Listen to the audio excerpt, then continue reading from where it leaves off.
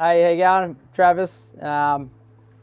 Sitting on Jim's 6530 hardtop that we've built last year. I think we started, finished it this year. But yeah, took it out for a spin today. It's pretty good. How you going? Jim Tweedy here, sitting down in the Geraldton Marina. Had the 6530 out today. It's good weather. Started the build last May. Took about 11 months, but couldn't be happier with it. It's an absolutely perfect boat. Well, we modified the transom a little bit, didn't we, Trav? Yeah. We added this in, the SHS. Strengthened it up a bit. Added the extra pipes in the back here so to hide the cabling. The ladders, we changed all of this bar work. The double pockets are awesome, like those. Added 60mm into the roof for the height. So I've got the battery storage box here. This is pretty tight, but it all works. Got the everything in there. The Hersey 2 batteries, got the regulator for the solar panel on the roof there. All your waterproof switch breakers for your anchor and your crow pot winch on the side there. Got plenty of storage in here. So all the fuel pipes and everything's all, you can't see them. That was one of the things that I do like about this build. Breather's all hidden. This is all dry storage in here. So the scuppers on this one is just a straight through pipe with bungs on each end.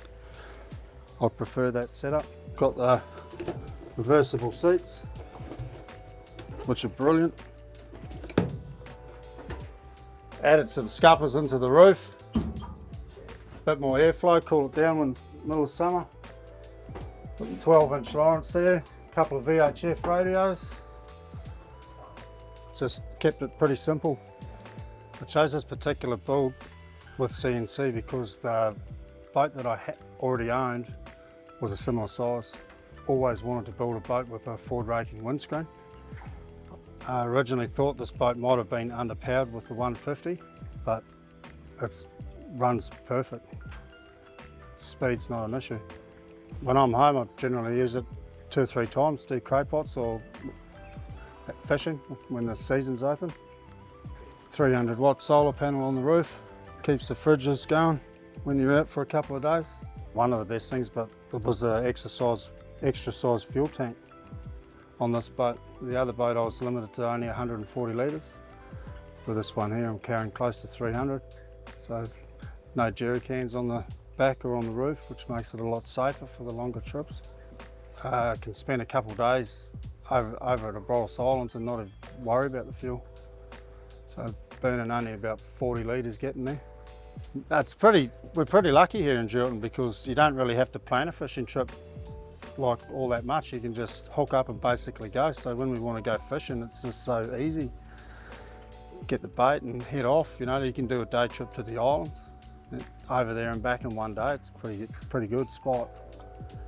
And ideally a boat like this is perfect because I can launch it by myself. I can retrieve it by myself. You know, if you've got mates with you, that's obviously even better, but the size boat for me is perfect. Building your own boat's pretty awesome thing because there's not one piece on here that we haven't had our hand on.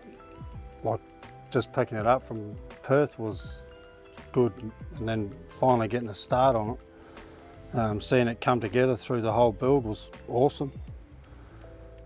Obviously Trevor's a good mate of mine, so we made a few changes on the way. It wasn't never an issue. Had the confidence to build a boat like this because being a boilermaker and Travis's alley welding skills is always going to be a good thing. So yeah, Jim first got a hold of me and just said, "Oh, can you come around and look at me boat that I got? Want to add a fuel tank into it, and do a couple of modifications, and then it needed quite a big hull repair done on it." And yeah, it would have taken a fair bit of time, so I sort of just fetched the idea to him about just building a whole new boat. Like I knew his engine had low hours on it, and you know, a fair bit of running gear on it that you could just, you know, swap over. So then from there, it didn't really turn back from there. It was just straight on the CNC website. And my wife thought I was joking at the start.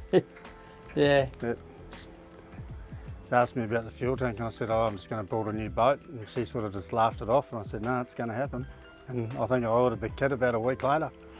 I think she enjoyed it too though. Like coming to look at the build throughout the stages and that, and yeah, sort of a couple of months after that, we're already into it. Had a couple of boats in the shed, and yeah, there's no turning back because you know Jim he'd spent the money for the kit, so I wanted to make sure like you know he had a boat he was happy with as well. So I didn't mind, you know, my time wasn't an issue. I was happy to, you know, spend as much time on it as he wanted, as long as he was happy with the build at the end of it. So yeah, it got put on hold a couple of times here and there doing the other boat, but yeah, he was pretty patient, so I think it's pretty good in the end of it, yeah. Got 3 kids, one's almost finished an apprenticeship, so he doesn't come out as often as he'd like to because he's working, but they are, my two girls love it. I take them over the islands. We quite often just park here with the kids and have a barbecue and stuff. They love it, eh? What man wouldn't be happy with a boat like this?